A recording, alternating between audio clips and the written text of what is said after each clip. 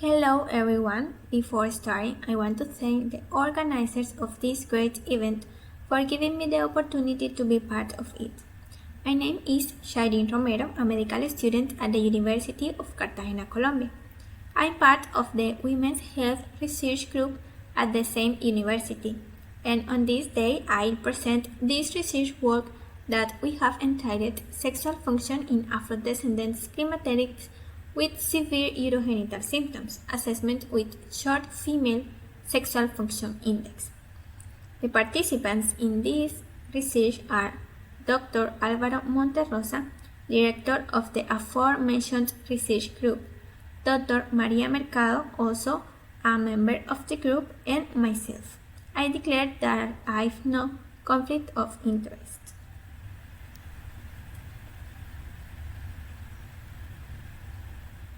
As a preamble, sexuality is an important part of women's well-being and an indicator of quality of life. On the other hand, the World Health Organization has declared 2015 to 2024 period as a decade of Afrodescendants to foster attention of these ethnic communities. In these communities, there are few studies that assess sexual function according to presence of urogenital symptoms. Our goal was to determine the prevalence of sexual dysfunction in Afrodescendants according to presence of severe urogenital symptoms. This was a cross-sectional study, part of project CAVIMEC, Quality of Life in Menopause and Colombian Ethnic Groups. It was done with women living in populations of Western Colombia, which are Afrodescendant settlements, aged between 40 and 59 years, identified in their residence with black skin, self-recognized as Afrodescendants, and daughter of father and mother of equal ethnic condition. Pregnant women and those with cognitive disabilities were excluded. Surveys with sociodemographic characteristics and the menopause rating scale and the short female sexual function index were applied. The menopause rating scale is a health-related quality of life scale. In this instrument, three independent dimensions, domain or subscale, are identified: psychological, somatovegetative, and urogenital domain.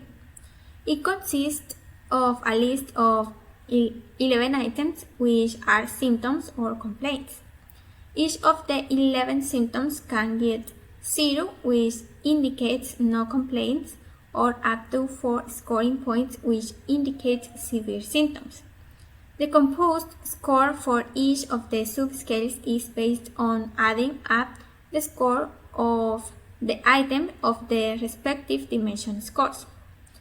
Our study evaluated the urogenital domain, which explores sexual problems, bladder problems, and vaginal dryness. A score greater than 3 in urogenital domain is defined severe urogenital impairment.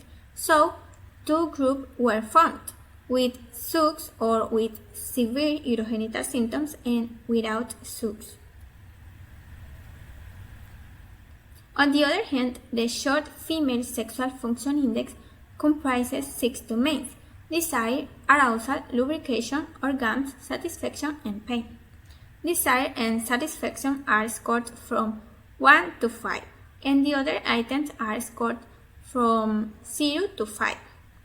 Total scores range from 2 to 30, with lower scores indicating worse sexual functioning. The main outcome measures were the presence of severe urogenital symptoms and sexual dysfunction and different types of sexual dysfunctions.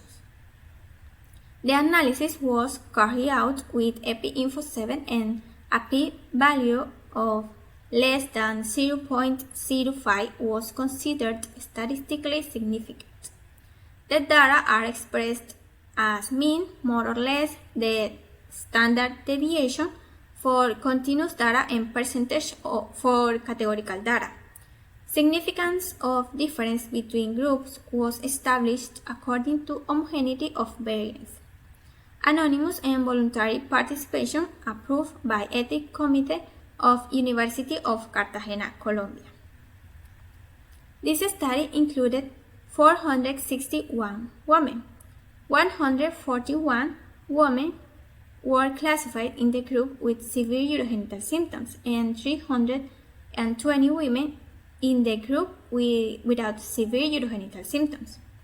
This table shows us the sociodemographic characteristics. We can observe that the mean age of the women with SUX was higher than the mean age of the group without these symptoms. This difference was statistically significant. The mean number of children in the SUX group was also higher. Other differences between the groups are the frequency of housewives, the frequency of hypertension, and the frequency of postmenopausal women, which were higher in the group with SUX. We questioned about the presence of a sexual partner and obtained that 369 women had a sexual partner. The short female sexual function index was applied to these women. To evaluate sexual dysfunction according to the presence of SUX, only women with sexual partners and who had sexual intercourse in the last 4 weeks were included. These were 369 women.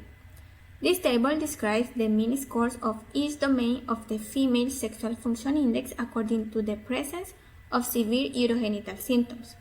We observed the mean scores were higher in the women without severe urogenital symptoms, indicating better sexual function in this group. A logistic regression was performed with sexual dysfunction, which is the dependent variable, and SUX independent variable. This table shows us the association between female sexual function and the presence of severe urogenital symptoms. We observed that there is a significant positive association between the presence of severe urogenital symptoms and having sexual dysfunction.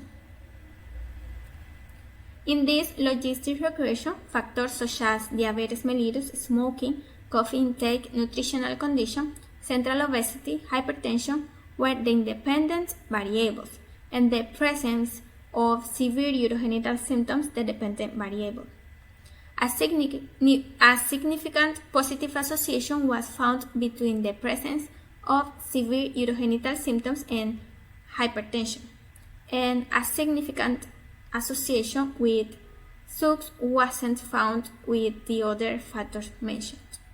Finally, as a conclusion, a statistically significant association was observed between sexual dysfunction and severe urogenital symptoms. On the screen, you can see some photos of the group members of Women's Health Research at the University of Cartagena, Colombia. We invite you to visit the website of the group that can be seen on the screen. And thank you very much for your attention.